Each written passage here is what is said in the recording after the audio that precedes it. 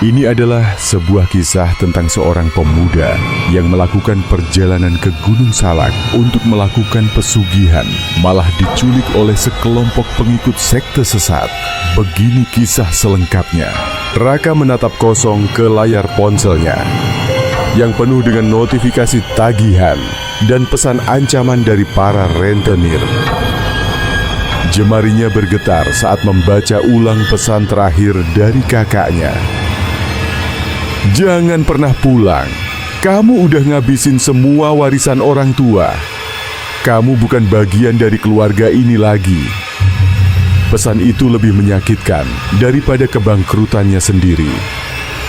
Dulu, Raka adalah kebanggaan keluarga. Ia berhasil membangun bisnis konveksi dari modal warisan ayahnya yang seorang pengrajin kain. Awalnya, bisnisnya berkembang pesat. Omsetnya naik, rumahnya makin mewah, dan ia sering pamer di media sosial dengan gaya hidup serba glamor. Namun kesuksesan itu membutakannya. Ia ingin lebih, dan lebih.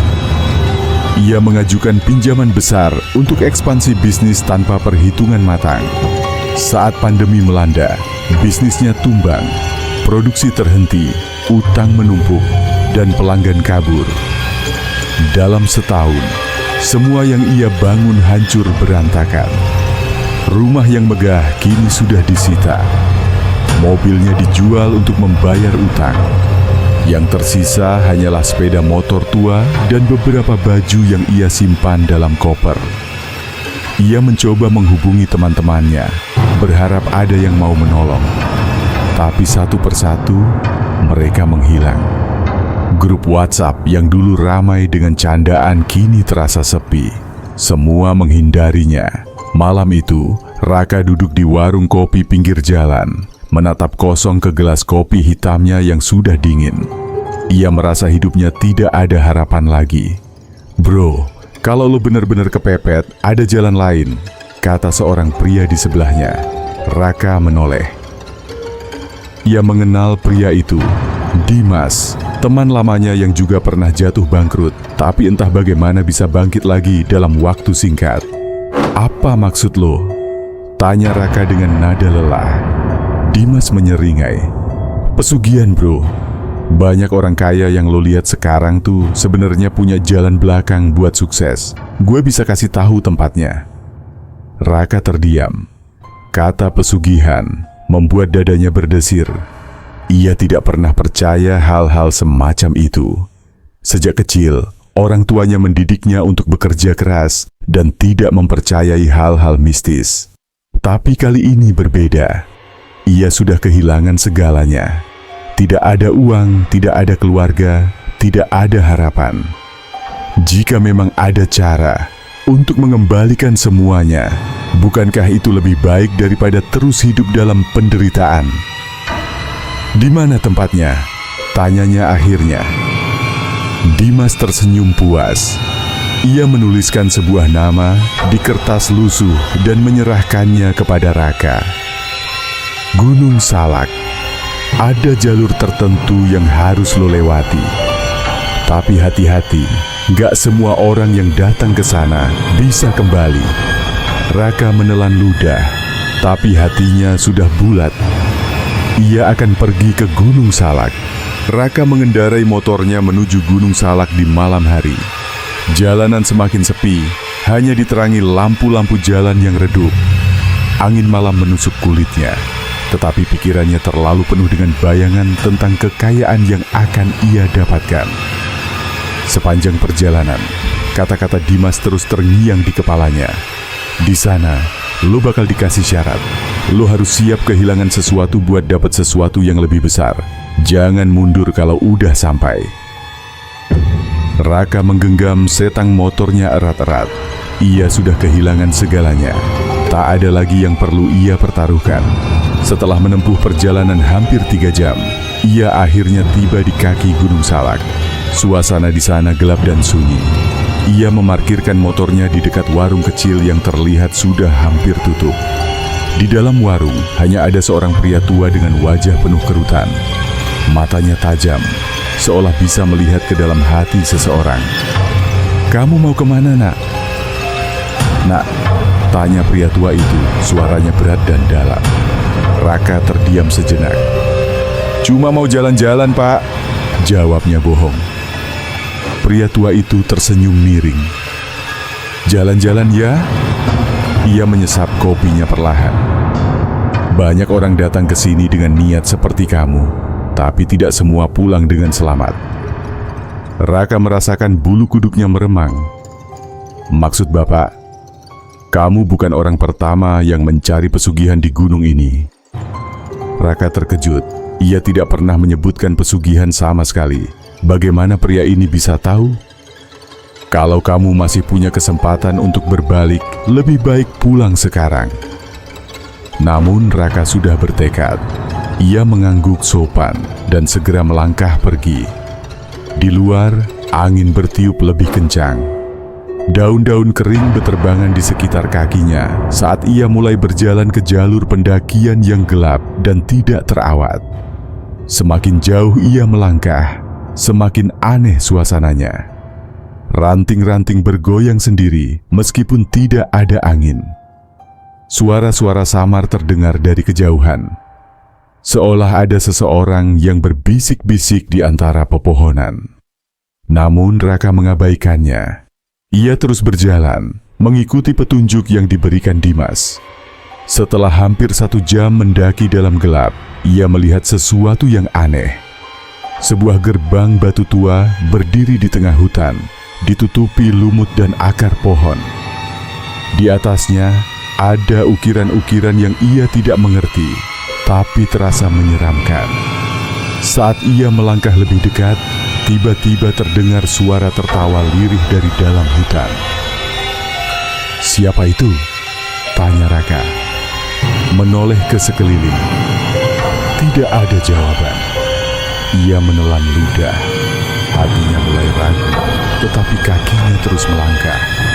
Begitu ia melewati gerbang batu itu, udara di sekitarnya terasa lebih berat. Bau dupa menyengat hidungnya. Jantungnya berdetak lebih cepat saat ia melihat sesuatu di kejauhan. Cahaya api yang menari-nari dan sosok-sosok berjubah hitam yang mengelilinginya. Jantungnya berdebar keras. Ia sadar bahwa ia telah menemukan sesuatu yang lebih berbahaya dari yang ia bayangkan. Dan yang lebih buruk, mereka sudah menyadari keberadaannya. Raka menahan napas, bersembunyi di balik pohon besar, sambil mengamati sosok-sosok berjubah hitam yang berdiri mengelilingi api unggun besar. Mereka bergerak dalam pola aneh, melantunkan nyanyian dalam bahasa yang tidak ia pahami. Di tengah lingkaran itu, ada sebuah altar batu yang penuh dengan noda merah gelap, darah. Jantungnya berdegup kencang. Ini bukan pesugihan biasa. Ini sesuatu yang jauh lebih berbahaya. Ia ingin mundur, tapi sebuah tangan kasar tiba-tiba mencengkeram bahunya dari belakang. "Kita punya tamu," bisik suara berat di telinganya. Seketika, beberapa sosok berjubah hitam lainnya muncul dari kegelapan. Mata mereka yang tersembunyi di balik tudung gelap menatap Raka tanpa ekspresi. Saya tidak sengaja masuk ke sini," kata Raka gugup. Salah satu dari mereka, seorang pria bertubuh tinggi dengan jubah merah yang berbeda dari yang lain, melangkah maju. "Tidak ada yang datang ke tempat ini secara tidak sengaja," katanya dengan suara tenang tapi mengancam. Para pengikut sekte itu mulai mengelilinginya. Bawa dia ke altar. 2 orang mencengkeram lengan Raka dan menyeretnya ke tengah lingkaran. Ia meronta, tapi cengkeraman mereka terlalu kuat. "Jangan, saya bukan bagian dari ini," teriaknya, tapi tidak ada yang peduli. Mereka menekannya ke altar batu yang dingin. Pria berjubah merah mengangkat belati hitam panjang, mengarahkannya ke dada Raka. "Kita membutuhkan tumbal baru agar ritual ini berhasil." Dalam kepanikannya, Raka hanya bisa berdoa, "Ya Allah, tolong aku." Tiba-tiba, angin kencang bertiup, meniupkan debu dan daun kering ke seluruh area. Api unggun berkobar lebih besar, dan suara gemuruh terdengar dari dalam hutan. Para anggota sekte tampak bingung. Kesempatan ini tidak bisa disia-siakan. Dengan sisa tenaga, Raka menghentakkan kepalanya ke wajah salah satu orang yang menahannya, lalu menendang pria yang lain. Ia segera melompat turun dari altar dan berlari ke dalam hutan secepat mungkin. Teriakan kemarahan terdengar di belakangnya. "Lari!" teriak hatinya. Namun hutan itu seperti labirin. Ia tidak tahu kemana harus pergi. Suara langkah kaki dan teriakan mereka semakin dekat. Tiba-tiba, di antara gelapnya pohon, ia melihat seberkas cahaya dari kejauhan. Suara azan sayup-sayup terdengar, seolah-olah memandu jalannya. Tanpa berpikir panjang, Raka mengikuti arah suara itu. Para pengejarnya berhenti. Mereka tampak ketakutan, enggan melangkah lebih jauh. Raka terus berlari menuju cahaya itu. Ia tidak peduli pada ranting yang mencakar wajah dan lengannya. Yang ia tahu, ini adalah satu-satunya kesempatan untuk bertahan hidup. Dan akhirnya, ia keluar dari hutan. Napasnya tersengal, kakinya gemetar. Di hadapannya, berdiri sebuah mushola kecil dengan lampu redup. Seorang pria tua, pria yang tadi ia temui di warung, berdiri di depan pintu, menatapnya dengan senyum tipis. "Kamu akhirnya memilih jalan yang benar." Raka jatuh berlutut. Air matanya mengalir deras. Ia selamat. Dan ia sadar bahwa ia tidak akan pernah kembali ke kegelapan itu lagi. Raka masih terengah-engah, kakinya gemetar hebat. Ia berlutut di tanah berpasir di depan mushola kecil itu. Tubuhnya masih bergetar karena ketakutan dan kelelahan. Suara azan yang sayup-sayup tadi kini bergema lebih jelas, menenangkan jiwanya yang nyaris hancur. Pria tua yang berdiri di depan mushola itu menatapnya dengan tatapan penuh arti. Wajahnya berkerut, tetapi sorot matanya sejuk dan teduh. "Kamu akhirnya memilih jalan yang benar, Nak," ucapnya lembut. Raka masih menangis tanpa suara. Ia tidak tahu apakah ini karena kelegaan setelah lolos dari maut atau karena penyesalan yang begitu dalam. Kenapa semua ini terjadi pada saya?" Suaranya lirih, nyaris tenggelam di antara angin malam.